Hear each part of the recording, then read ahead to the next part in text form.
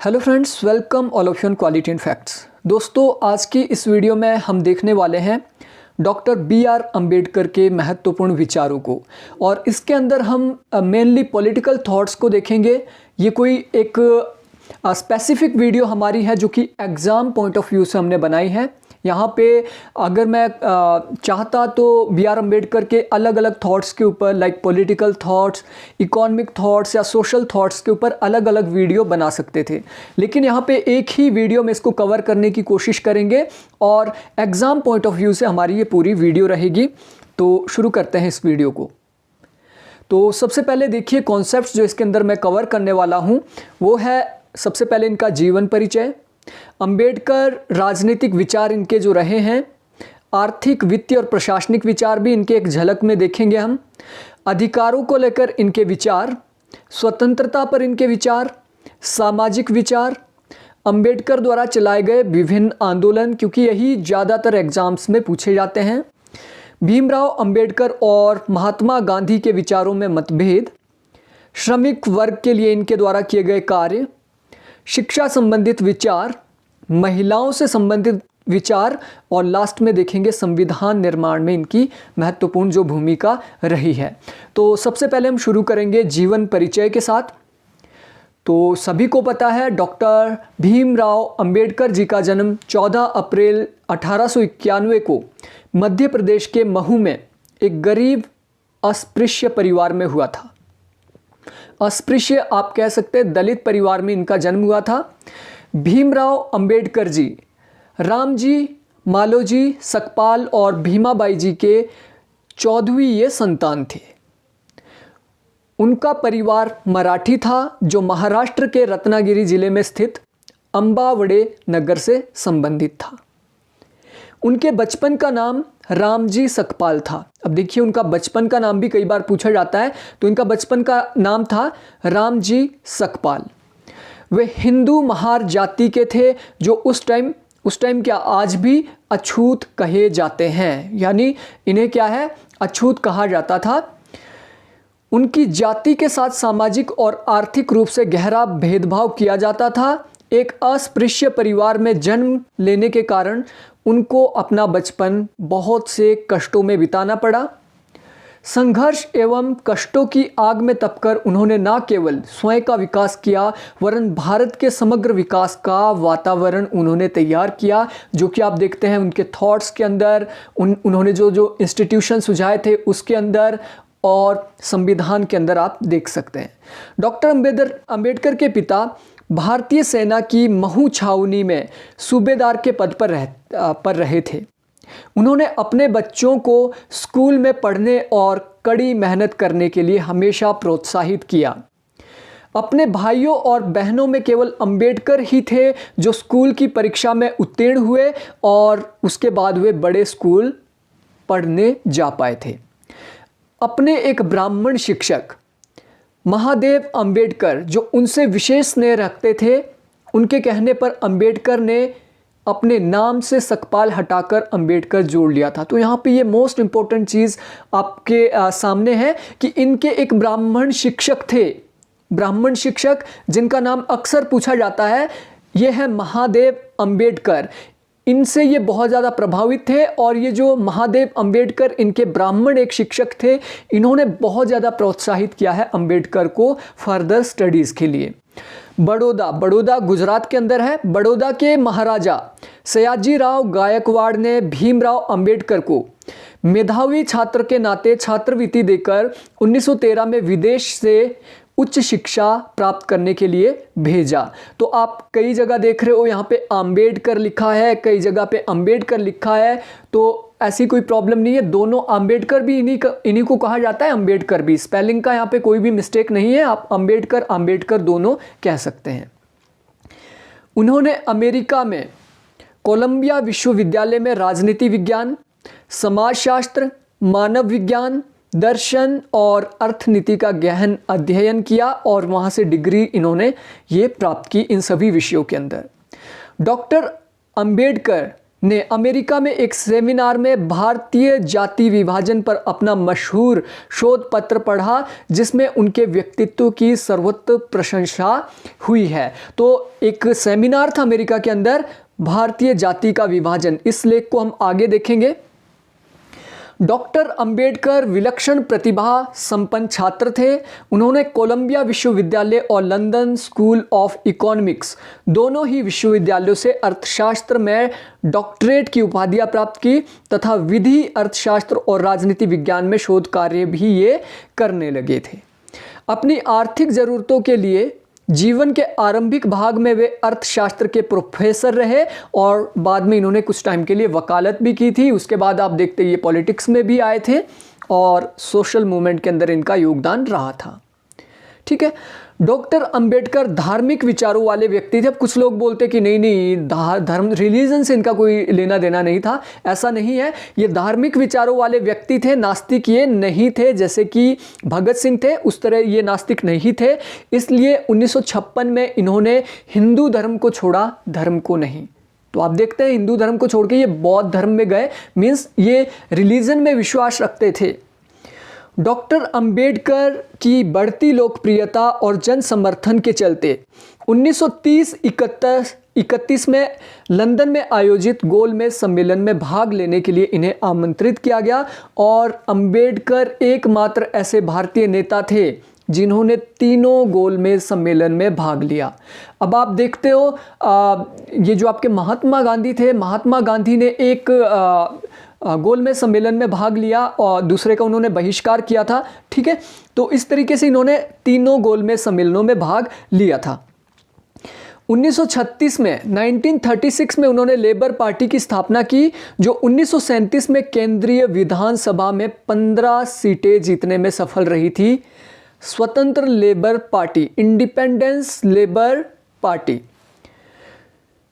उन्होंने अपनी पुस्तक जाति के विनाश भी 1937 में प्रकाशित की, जो उनके न्यूयॉर्क में छपे एक शोध पत्र पर आधारित थी। तो जाति का विनाश यानी एनिहिलेशन ऑफ कास्ट, आपको मैंने पहले ही यहाँ पे बता दिया। इन्होंने क्या है, भारतीय जाति विभाजन पर अपना जो मशहूर लेख पढ़ा था अमेरिका के सेमिनार में, वो ही बाद में आप देखते हैं इनकी पुस्तक के रूप में छपता है। जाति के विनाश यानी एनिहिलेशन ऑफ कास्ट के रूप में ये छपता है। 15 अगस्त 1947 में भारत की स्वतंत्रता के बाद कांग्रेस के नेतृत्व वाली नई सरकार बनी, जिसमें अंबेडकर को देश का पहला कानून मंत्री बनाया गया। फर्स्ट लॉ मिनिस्टर बनाया गया था डॉक्टर भीमराव अंबेडकर को। 29 अगस्त 1947 को डॉक्टर अंबेडकर जी को स्वतंत्र भारत के नए संविधान की रचना के लिए बनाई गई मसौदा समिति का अध्यक्ष नियुक्त किया गया। ठीक है, जो ड्राफ्ट बनना था उसका अध्यक्ष इन्हें बनाया गया। 1951 में संसद में अपने हिंदू कोड बिल के मसौदे को रोके जाने के बाद डॉक्टर अंबेडकर ने केंद्रीय मंत्रिमंडल से इस्तीफा दे दिया था। डॉक्टर अंबेडकर वास्तव में समान नागरिक संहिता के पक्षधर थे और कश्मीर के मामले में धारा 370 का वो विरोध करते थे। 1990 में उन्हें भारत रत्न से मरणोपरांत सम्मानित किया गया था। डॉक्टर अंबेडकर मधुमेह से पीड़ित थे और 6 दिसंबर 1956 को उनकी मृत्यु नींद में हो गई। वो गहरी नींद में सो गए और सुबह वो उठे ही नहीं। ठीक है, तो इस तरीके से ये था इनका जीवन परिचय। बहुत ही मैंने संक्षिप्त में आपके सामने ये रखा। ठीक है, अब देखते हैं अंबेडकर जी के राजनीतिक विचार। वे एक राजनीतिक व्यवस्था के हिमायती थे।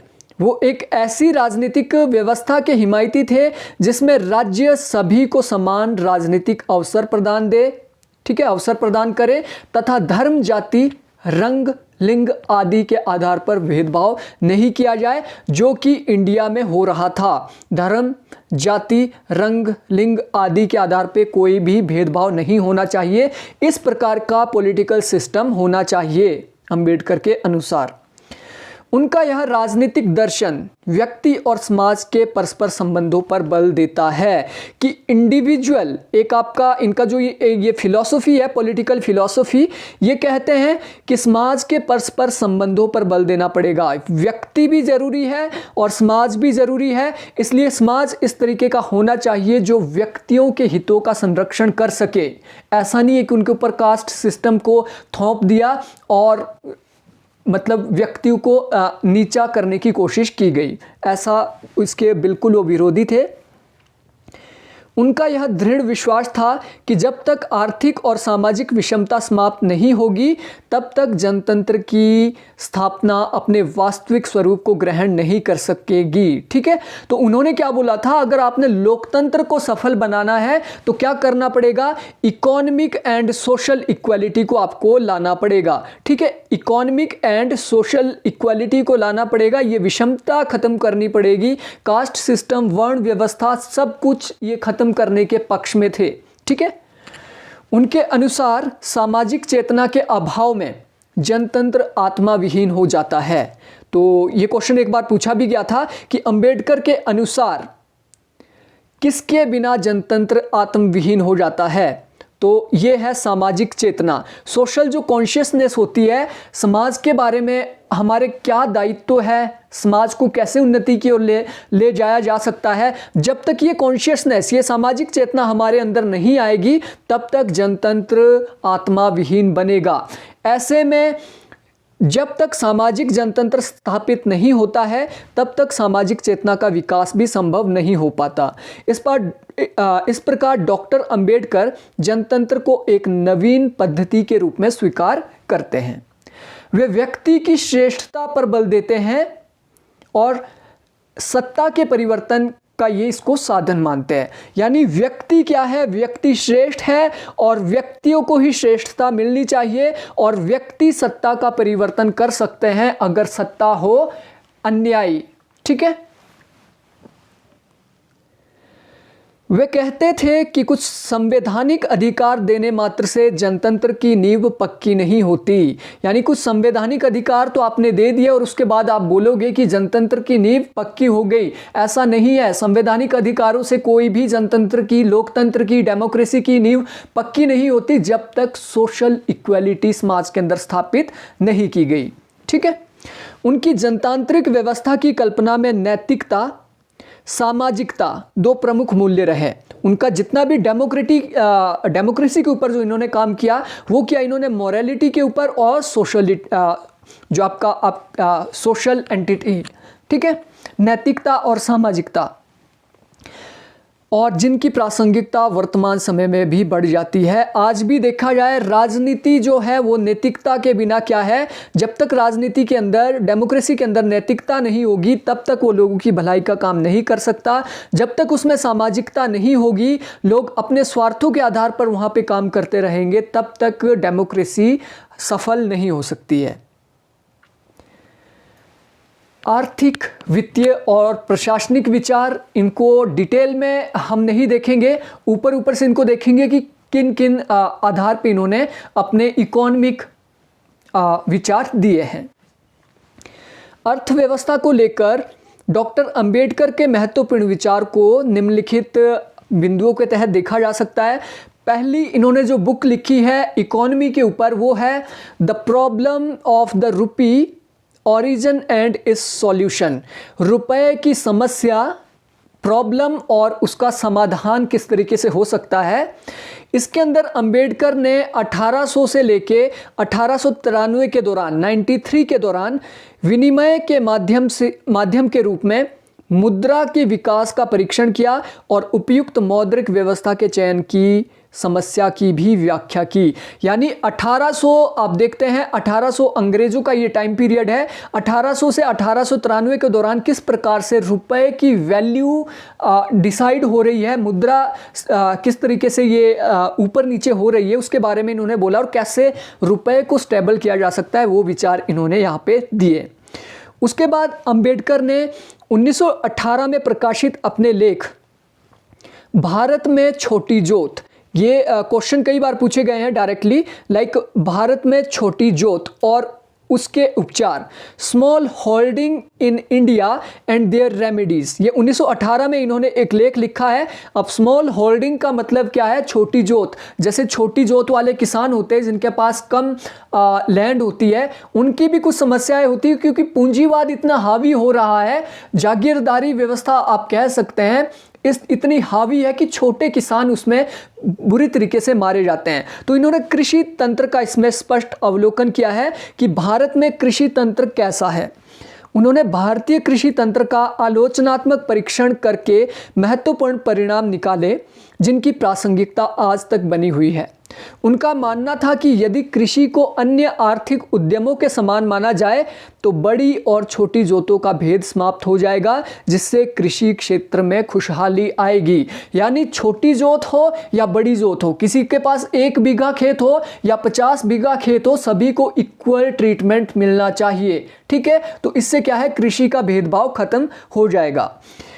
तीसरा इनका शोध है, रिसर्च इनकी है, वो है the evolution of provincial finance in British India. इसके अंदर देश के विकास के लिए एक सहज प्रणाली पर बल दिया गया है कि एक देश के विकास के लिए एक ऐसी प्रणाली होनी चाहिए जो आम जनता तक जिसकी पहुंच हो। ठीक है, इसके लिए उन्होंने तत्कालीन सरकारी राजकोषीय व्यवस्था को स्वतंत्र करने देने का विचार दिया। यानी जो सरकारी राजकोषीय व्यवस्था है उसको बिल्कुल पूंजीवाद के डोमिनेंस से बिल्कुल उसको स्वतंत्र कर देना चाहिए। भारत में रिजर्व बैंक ऑफ इंडिया की स्थापना। अब देखिए इंपॉर्टेंट यहां पे पॉइंट आपको उभर के आया है। भारत में रिजर्व बैंक ऑफ इंडिया की स्थापना, डॉक्टर अंबेडकर की रचना, रुपए की समस्या और उसका उद्भव और प्रभाव, और भारतीय चलन व बैंकिंग का इतिहास, और हिल्टन यंग कमीशन के समक्ष उनकी साक्ष्य के आधार पर 1935 में हुई। तो 3 चीज़ें भारतीय रिजर्व बैंक, जो आज भी आप देखते हैं हमारा जो सेंटर आप बोल सकते हैं पूरा का पूरा मौद्रिक व्यवस्था का, ये भीमराव अंबेडकर के विचारों से ही उत्पन्न हुआ है। उनके दूसरे शोध, ब्रिटिश भारत में प्रांतीय वित्त का विकास के आधार पर देश में वित्त आयोग की स्थापना की गई। फाइनेंस कमीशन जो हमारा बना है, ये बना है ब्रिटिश भारत में प्रांतीय वित्त का विकास के आधार पर। वर्ष 1945 में उन्होंने देश के लिए जल नीति, वाटर पॉलिसी है ना, जल नीति और औद्योगिकीकरण की आर्थिक नीतियां, जैसे नदी नालों को जोड़ना, जैसे आप देखते हैं हीराकुंड बांध, दामोदर घाटी बांध, सोन नदी घाटी परियोजना, राष्ट्रीय जल मार्ग, केंद्रीय जल और विद्युत प्राधिकरण बनाने के मार्ग प्रशस्त किए। तो देखिए इन्होंने नदी नालों को जोड़ने के लिए कितने अपने जो विचार दिए थे, उसके बाद इन्हीं के विचारों के कारण ये सारे बने।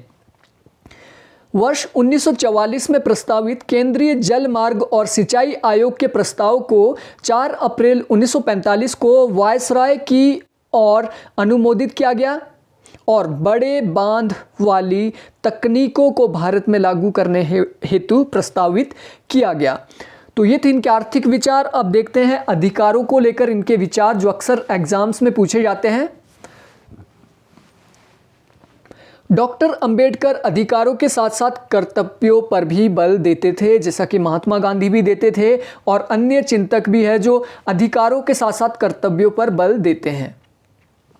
उनका मानना था कि व्यक्ति को ना सिर्फ अपने अधिकारों के संरक्षण के लिए जागरूक होना चाहिए, अपितु उसके लिए प्रयत्नशील भी होना चाहिए। लेकिन हमें इस सत्य को नहीं भूल जाना चाहिए कि इन अधिकारों के साथ साथ हमारा देश के प्रति भी कुछ कर्तव्य होता है। तो समानता एक अधिकार है, तो समानता को लेकर इनका विचार, डॉक्टर अंबेडकर समानता को लेकर काफ़ी प्रतिबद्ध थे। उनका मानना था कि समानता का अधिकार धर्म और जाति से ऊपर होना चाहिए, यानी धर्म और जाति का किसी भी प्रकार का हस्तक्षेप समानता के अधिकार में नहीं होना चाहिए। सब लोग धार्मिक रूप से और जातीय रूप से इक्वल ट्रीट किए जाने चाहिए।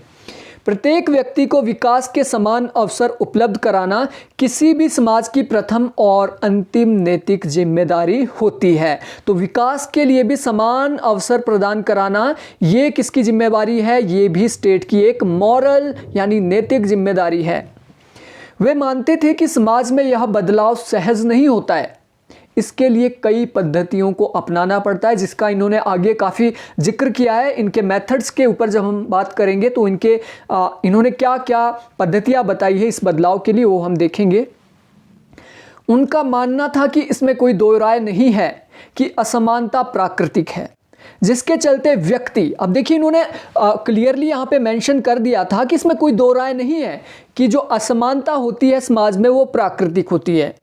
असमानता व्यक्ति में रंग को लेकर हो सकती है, रूप को लेकर हो सकती है, लंबाई को लेकर, बुद्धिमत्ता, आपकी शक्ति जो होती है, पावर भी, एबिलिटी भी हर व्यक्ति की अलग अलग होती है। तो इन्होंने बोला असमानता प्राकृतिक है, ठीक है।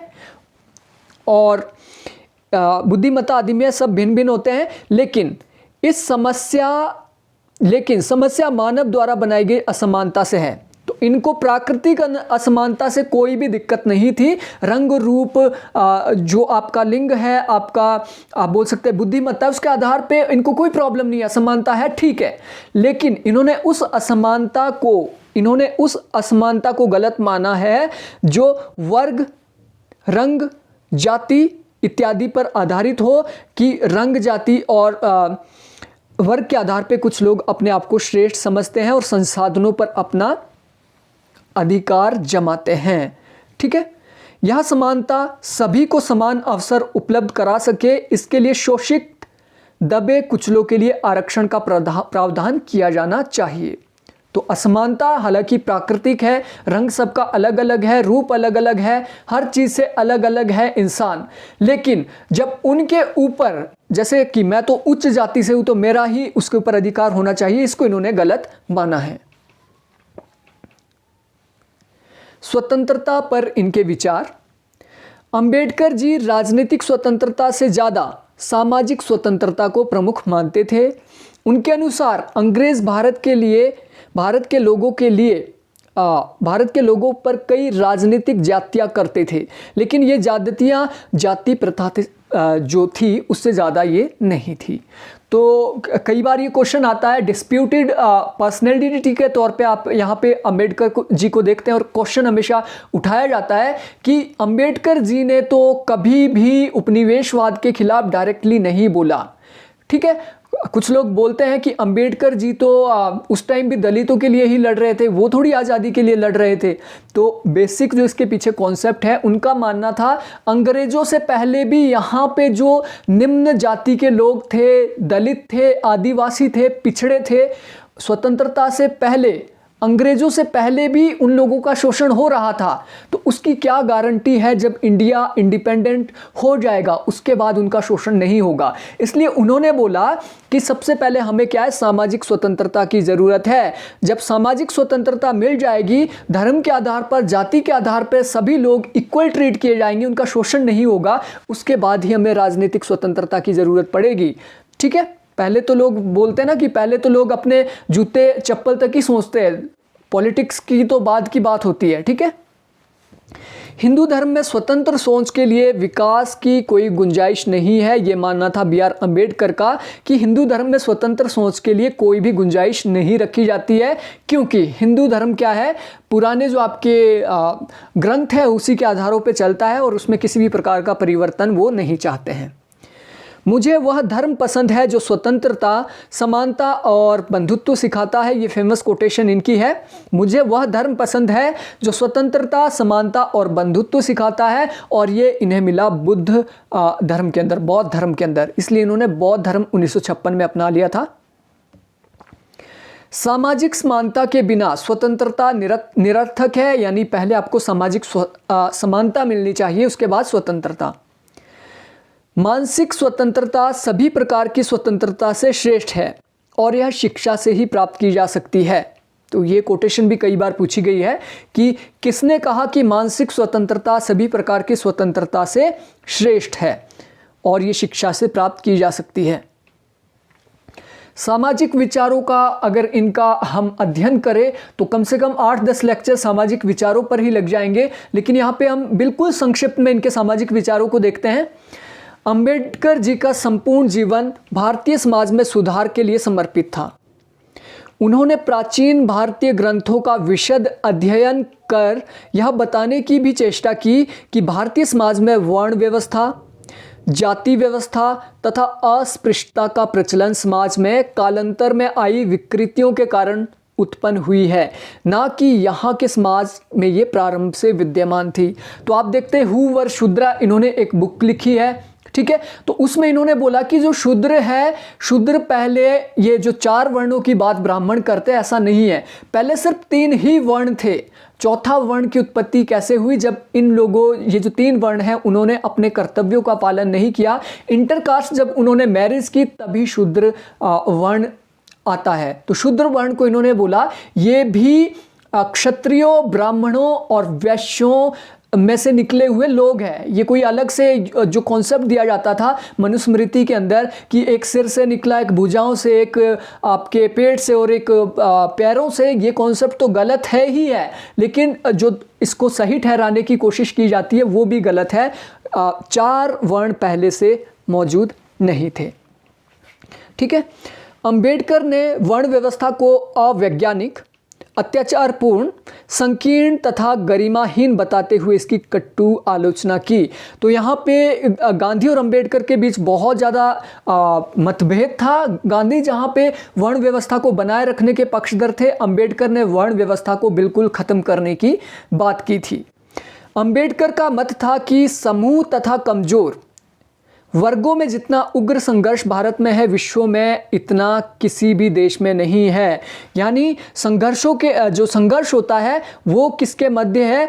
कमज़ोर वर्ग और जो आपके मजबूत समूह हैं उनके मध्य। इस व्यवस्था में कार्य कुशलता की हानि होती है, क्योंकि जातीय आधार पर व्यक्तियों के यहाँ पे ये आपने फ हटा देना है, व्यक्तियों के कार्यों का पूर्व में निर्धारण हो जाता है। तो ये कार्य कुशलता को भी डेफिनेटली क्या है, कार्य कुशलता को ये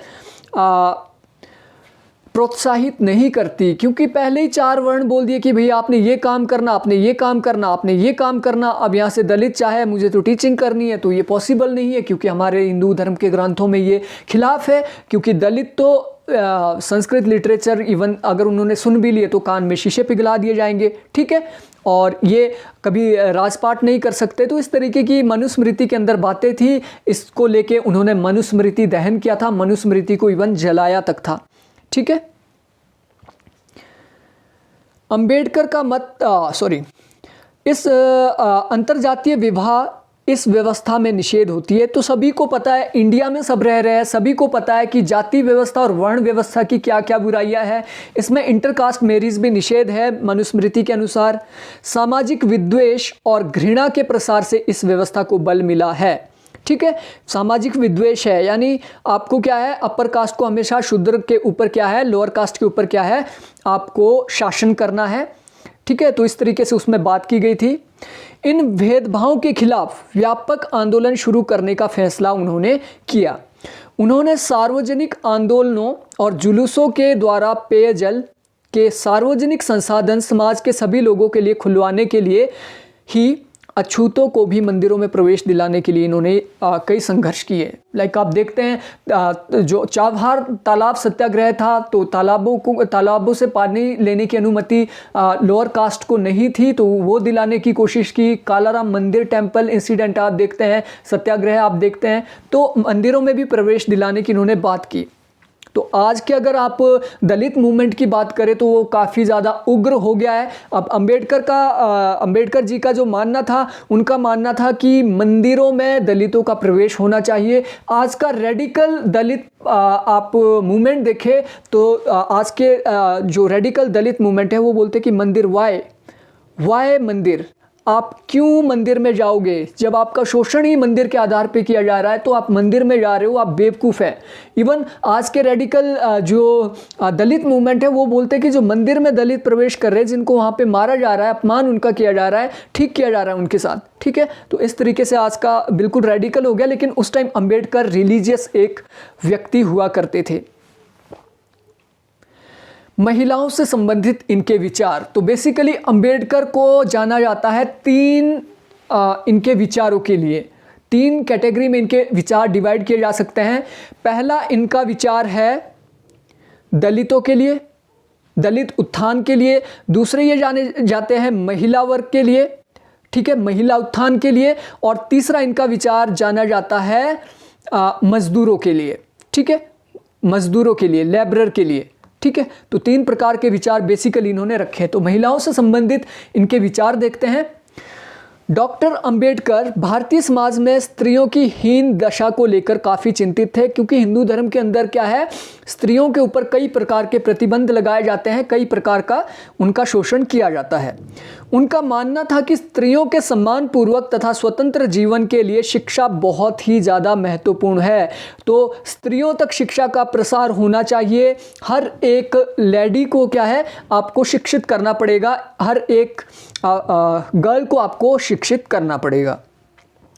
अंबेडकर ने हमेशा स्त्री पुरुष समानता का व्यापक समर्थन किया, ठीक है, मेल फीमेल इक्वालिटी का इन्होंने समर्थन किया। यही कारण है कि उन्होंने स्वतंत्र भारत के प्रथम विधि मंत्री रहते हुए हिंदू कोड बिल संसद में प्रस्तुत किया और हिंदू स्त्रियों के लिए न्याय सम्मत व्यवस्था बनाने के लिए इस विधेयक में उन्होंने व्यापक प्रावधान रखे थे। उल्लेखनीय है कि संसद में हिंदू कोड बिल मसौदे को रोके जाने पर उन्होंने मंत्रिमंडल से इस्तीफा दे दिया। इस मसौदे में उत्तराधिकार, विवाह, अर्थव्यवस्थाओं के कानूनों में लैंगिक समानता पर बात कही गई थी। तो हिंदू कोड बिल क्या है? बेसिकली हिंदू कोड बिल को समझना आपके लिए बहुत ज़्यादा ज़रूरी है, क्योंकि आज के टाइम में आप 21वीं सदी में रह रहे हैं, आज भी हिंदू कोड बिल पास नहीं हुआ है, ठीक है। आज भी महिलाओं को वो सारे अधिकार प्राप्त नहीं है, हालांकि थोड़े थोड़े अधिकार प्राप्त है। इन्होंने हिंदू कोड बिल जो लाया था, ये जो आप सिविल कोड देखते हैं ना, आर्टिकल 44 के अंदर यूनिफाइड सिविल कोड की जो बात की जा रही है, वो वही बात अंबेडकर जी ने 1950 के दशक में की थी, जो आज यूनिफाइड सिविल कोड आर्टिकल 44 की बात की जाती है। तो इसमें इन्होंने क्या बोला था हिंदू कोड बिल में, कि हमें क्या है, महिलाओं को भी संपत्ति के ऊपर क्या है, इक्वल अधिकार दिया जाना चाहिए जैसा कि पुरुषों को दिया जाता है। अब उसमें से कुछ कांग्रेसी नेता थे जिन्होंने बोला नहीं नहीं, महिलाओं को ये अधिकार दिया जाएगा तो वो तो प्रॉपर्टी किसी और के पास चली जाएगी और वहाँ पे तो बड़ा वो हो जाएगा, कुछ विवाद हो जाएगा।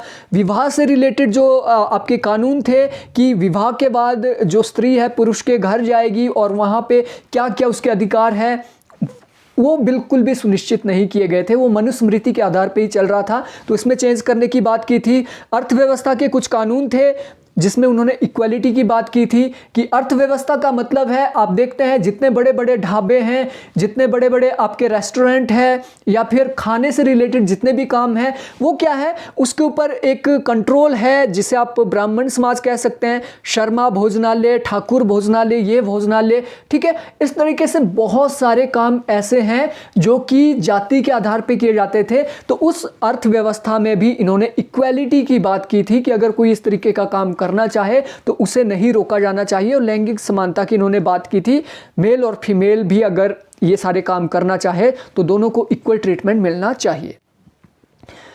तो ये था इनका महिलाओं से संबंधित विचार। अब देखते हैं शिक्षा संबंधित विचार, एजुकेशन से रिलेटेड या क्या बोलते हैं। अंबेडकर शिक्षा के महत्व से भली भांति परिचित थे। दरअसल अछूत समझी जाने वाली जाति में जन्म लेने के चलते उन्हें अपने स्कूली जीवन में अनेक अपमानजनक स्थितियों का सामना करना पड़ा था। तो आप लोगों ने डॉक्यूमेंट्री कई देखी होगी, क्योंकि वो अछूत जाति से थे तो उन्हें बिल्कुल दरवाजे के साथ बिठाया जाता था, उनके लिए बैठने की अच्छी सुविधा नहीं थी, वो पानी नहीं पी सकते थे, पानी भी एक स्वर्ण से उन्हें बोला जाता था कि वो उस बर्तन को नहीं छुएं अंबेडकर जी, और एक स्वर्ण उनको ऊपर से पानी देगा, कई कई घंटे वो प्यासे रहते थे। तो वो अलग एक कहानी है उनके संघर्ष की, उसमें हम यहाँ पे ज़्यादा नहीं जाएंगे, ठीक है। उनका विश्वास था कि शिक्षा ही व्यक्ति में यह समझ विकसित करती है कि वह अन्य से अलग नहीं है, उसके भी समान अधिकार है।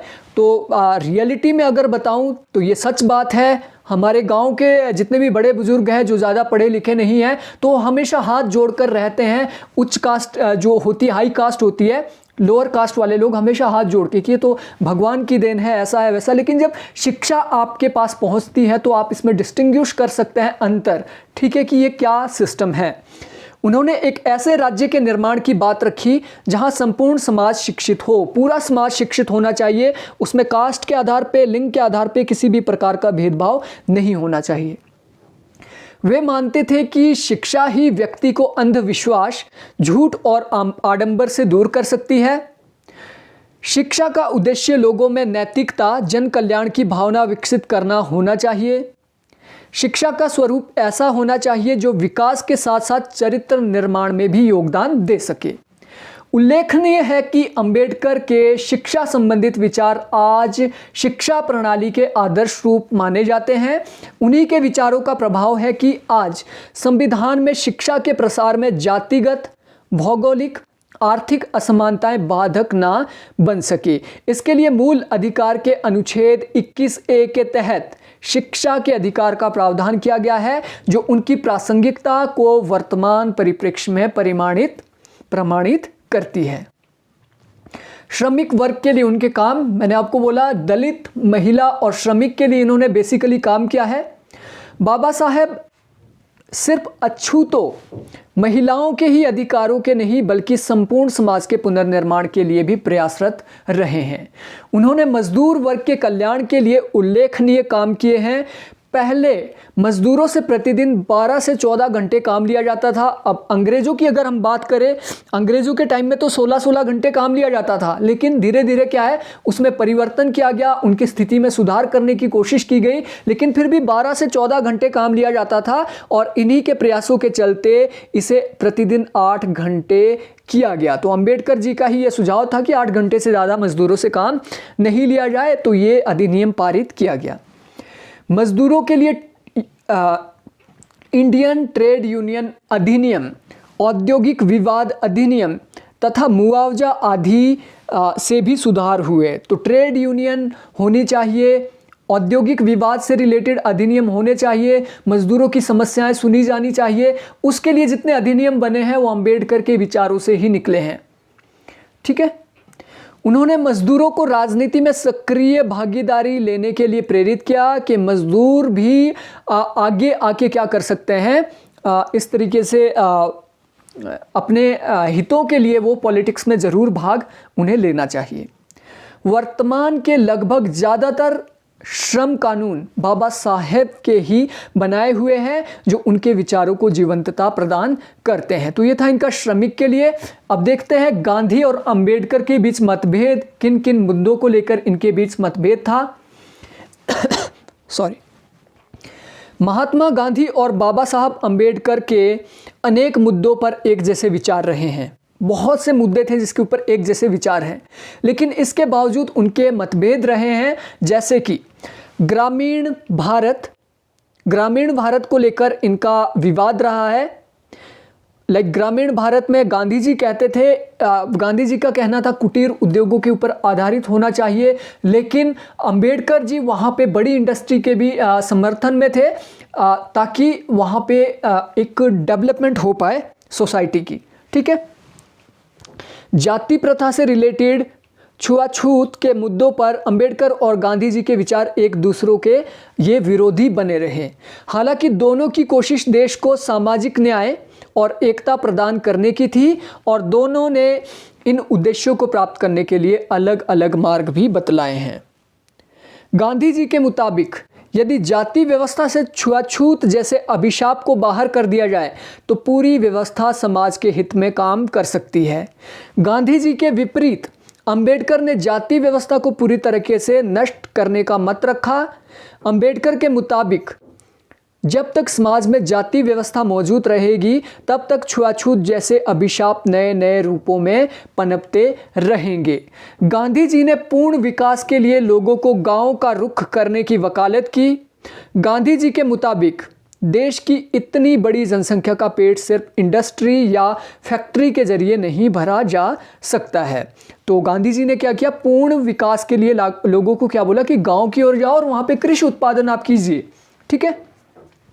डॉक्टर अंबेडकर का विश्वास था कि बौद्ध धर्म सामाजिक असमानता को समाप्त कर भ्रातृत्व की भावना विकसित कर सकता है, जबकि महात्मा गांधी का यह दृढ़ विश्वास था कि धर्म परिवर्तन करने मात्र से दलित वर्गों की स्थिति में वास्तविक सुधार नहीं होगा, इसकी कोई निश्चितता नहीं है। ठीक है, और अब देखते हैं, वर्ण व्यवस्था के बहुत ज़्यादा समर्थक गांधी जी थे, लेकिन अंबेडकर जो थे वो वर्ण व्यवस्था को भी पूरी तरीके से ख़त्म करना चाहते थे।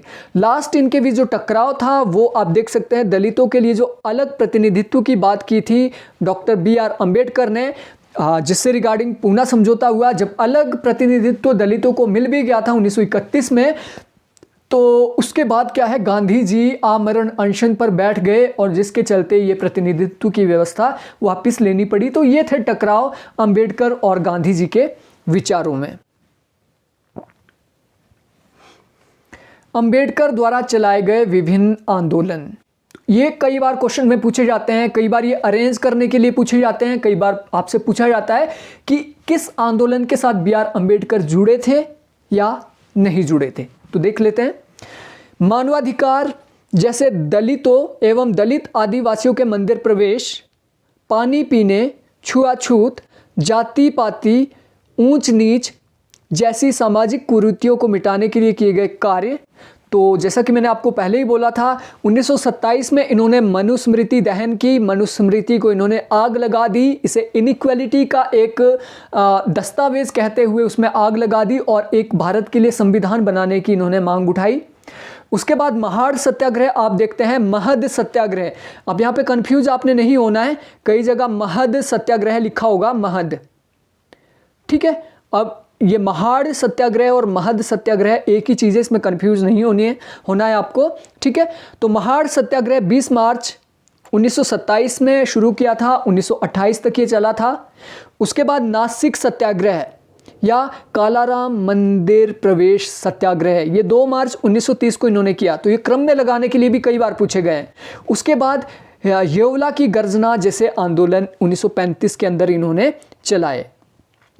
पत्र और पत्रिकाएं इनकी देख लेते हैं। कई पत्र और पत्रिकाएं इन्होंने लिखी है जिसके ये संपादक रहे हैं, जो अक्सर एग्जाम्स में पूछे जाते हैं। लाइक मूक नायक इन्होंने 1920 में लिखा। बहिष्कृत भारत इन्होंने 1923 में ये पत्रिका लिखी। समता 1928 में इन्होंने लिखा। जनता 1930 और प्रबुद्ध भारत 1956 नमक 5 साप्ताहिक और पाक्षिक पत्र पत्रिकाओं का इन्होंने संपादन किया है। तो इनको आपने क्रम में भी याद रखना है कि सबसे पहला भी पूछा जा सकता है इनका, और सबसे लास्ट इनकी पत्रिका या पत्र कौन सा था ये भी आपसे पूछा जा सकता है। तो फर्स्ट है मूक नायक और लास्ट है प्रबुद्ध भारत। बुद्ध भारत से आप समझ सकते हैं बुद्ध का मतलब आप समझ सकते हैं महात्मा बुद्ध। तो बौद्ध धर्म 1956 में इन्होंने अपनाया, तो उस तरीके से आप याद रख सकते हैं। प्रबुद्ध भारत एनलाइटेंड इंडिया 1956 में इन्होंने लिखा है। उन्होंने छात्रावास, नाइट स्कूल मतलब रात्रि में जो स्कूल खुलते हैं, इवनिंग कॉलेजेस जैसे आपके होते हैं, ग्रंथालयों और शैक्षणिक गतिविधियों के माध्यम से कमजोर वर्गों के छात्रों को अध्ययन करने और साथ ही आय अर्जित करने के लिए उनको सक्षम बनाया।